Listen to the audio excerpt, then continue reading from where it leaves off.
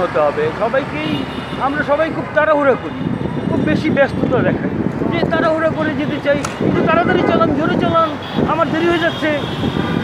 আরে দেরি হয়ে যাচ্ছে তো আপনি একটু আগেই বাসা থেকে বের হন, যে কাজে যাবেন একটু 5-10 মিনিট আগেই বের হন। রাস্তায় নেমে আপনি কেন তাড়াহুড়া করতেছেন? ঠিক না?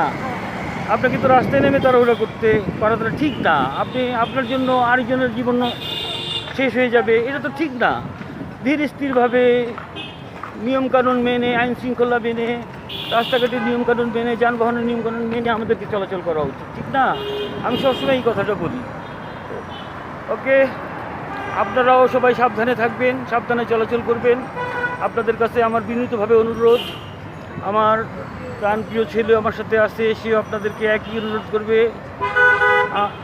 আমাদের আপনাদের কাছে একান্তভাবে অনুরোধ, আপনারা খুব সাবধানে রাস্তাঘাটে চলাচল করবেন।